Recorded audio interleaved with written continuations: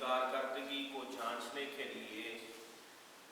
उसके जो है वो लाइन पैरामीटर्स का जो है वो पता होना ज़रूरी है। एक ट्रांसमिशन लाइन की एफिशिएंसी इन पैरामीटर्स या लाइन कांस्टेंट्स के ज़रिए से जो है वो हम मालूम कर सकते हैं। लाइन कांस्टेंट जो है वो रेजिस्टेंस, इंडक्टेंस और कैपेसिटेंस है। जाहिर है कि एक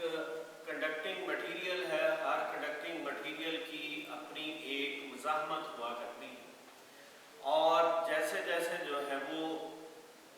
कंडक्टर जो है उसकी लंबाई बढ़ती है तो उसकी मुज़ाहमत में इजाफा होता जाता है। फिर उसके बाद जो है वो कंडक्टर की इंडक्टेंस हुआ करती है कि जब कंडक्टर में से सप्लाई गुजरती है तो उसके इर्द गिर्द मकनातीस मैदान बन जाता है।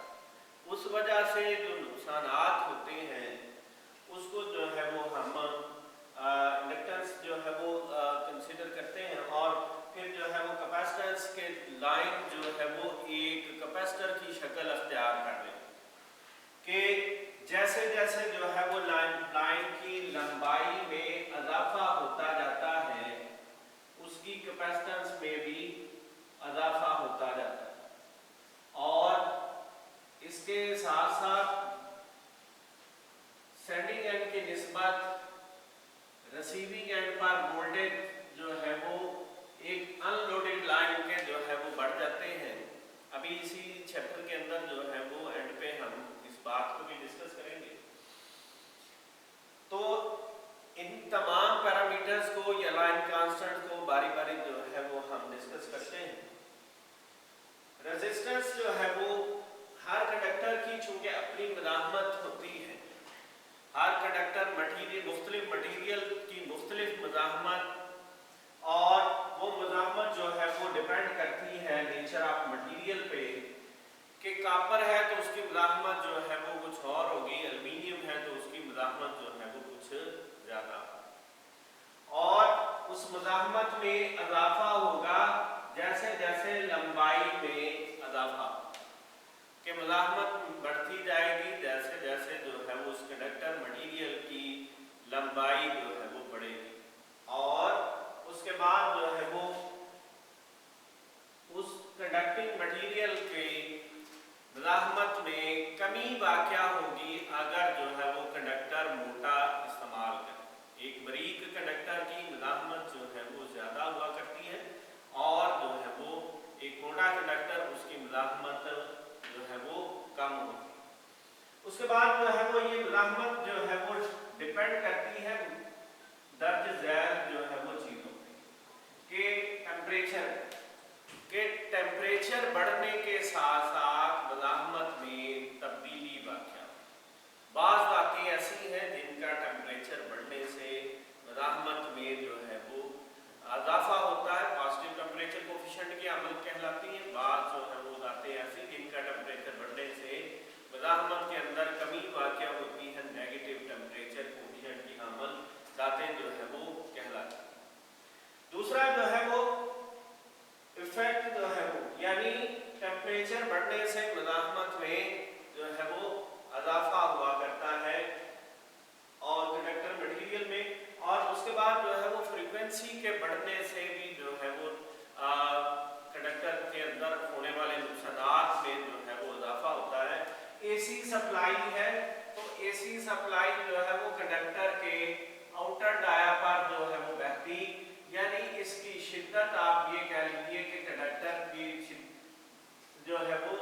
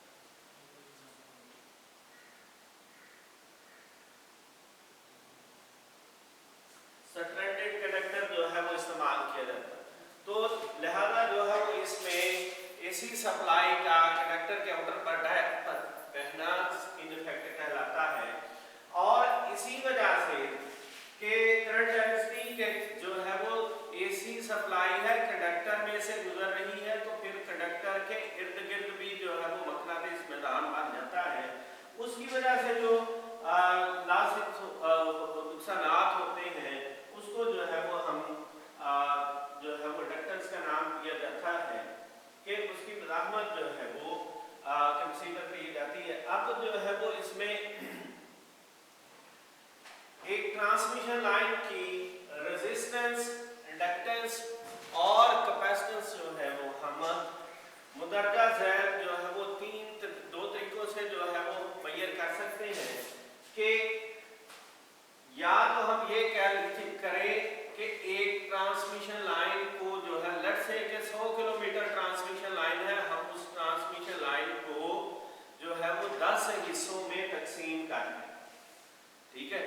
और या जो इस तरह से करें कि वो जो 10 हिस्से हैं उनकी टोटल मुज़ाहमत को यकजा कर दिया जाए, यानी लम्प्ड एट सेंटर पॉइंट। बात समझ में आ गई कि रेजिस्टेंस है, 100 किलोमीटर ट्रांसमिशन लाइन है, तो हम जो है वो उसको जो है वो 10 हिस्सों में तकसीम कर दें। हर 10 किलोमीटर की जो है वो हम रेजिस्टेंस को जो है वो कैलकुलेट करके, और फिर जो है या दूसरा तरीका का जो है वो ऐसा है कि हम जो है वो टोटल मुज़ाहमत को 100 किलोमीटर ट्रांसमिशन लाइन की मुज़ाहमत को यकजा कर दें, यानी जो है वो इस तरीकों में लेट्स से कि 10 ओम हो गई, तो ये जो है ये टोटल मुज़ाहमत जो है वो हमारे पास 10 ओम आ गई। इसी तरह उसके बाद जो है वो हम ट्रांसमिशन लाइन की इंडक्टेंस, क्योंकि कोई कंडक्टर प्योर जो है वो इंडक्टर नहीं हुआ करता, उसके अंदर कुछ ना कुछ मुज़ाहमत जो है वो शामिल हुआ करती है, तो इसमें भी जो वो कह रहा है कि जो है वो हम तमाम की तमाम जो है वो उसकी इंडक्टेंस जो है वो उसको यकजा कर दें लम्प्ड एट सेंटर पॉइंट। और तीसरी बात कि ट्रांसमिशन लाइन का तीसरा पैरामीटर जो है वो कैपेसिटेंस है। कैपेसिटेंस के बारे में जो है वो ये बात जो है वो आपको पहले भी मैंने डिस्कस की थी कि एक ट्रांसमिशन लाइन की लंबाई को हम 3 हिस्सों में जो है वो तकसीम करते हैं कि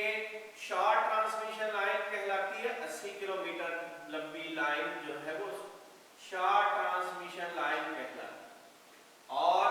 मीडियम ट्रांसमिशन लाइन जो है वो 80 से लेकर जो है ये 260 किलोमीटर तक जो है वो लंबी जो है वो लाइन मीडियम ट्रांसमिशन लाइन कहलाती है। और इसी तरह जो है वो लॉन्ग ट्रांसमिशन लाइन जो है वो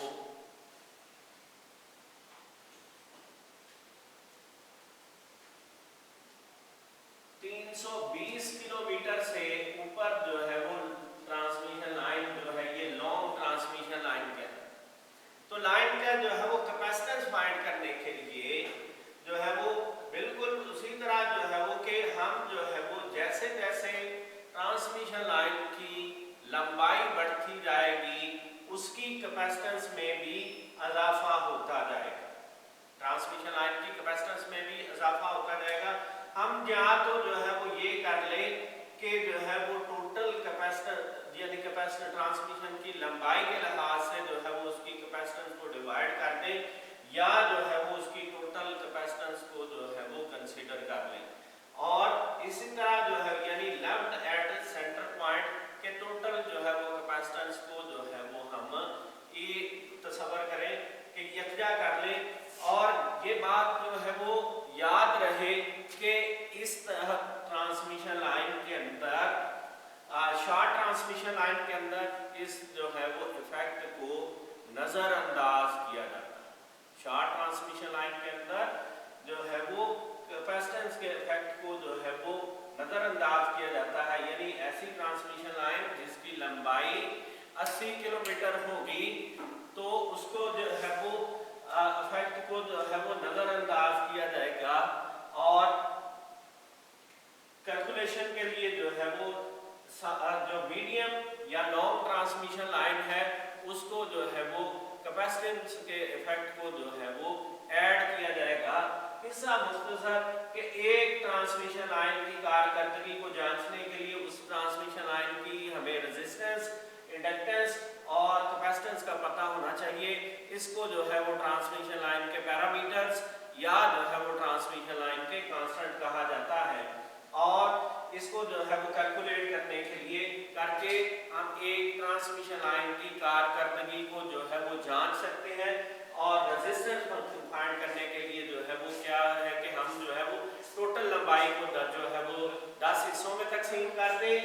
या जो है वो उसको जो है वो लेफ्ट एट सेंटर पॉइंट यानी टोटल लंबाई की जो मुज़ाहमत है उसको यकजा कर दें। और इसी तरह जो है वो इंडक्टेंस के साथ भी यही मामला किया जाता है कि हिस्सों में डिवाइड कर दें, या जो है उसको लेफ्ट एट सेंटर पॉइंट कर दें। और ट्रांसमिशन लाइन की कैपेसिटेंस जो है वो फाइंड करने के लिए जो है वो हम ट्रांसमिशन लाइन की लंबाई को जो है वो मुख्तलिफ हिस्सों के अंदर तकसीम कर दें, या जो है वो उसको जो है वो सेंटर पॉइंट पर जो है वो यकजा कर दें। एक ट्रांसमिशन लाइन की लंबाई जैसे जैसे बढ़ती जाएगी उसकी कैपेसिटेंस में भी इजाफा होता जाएगा।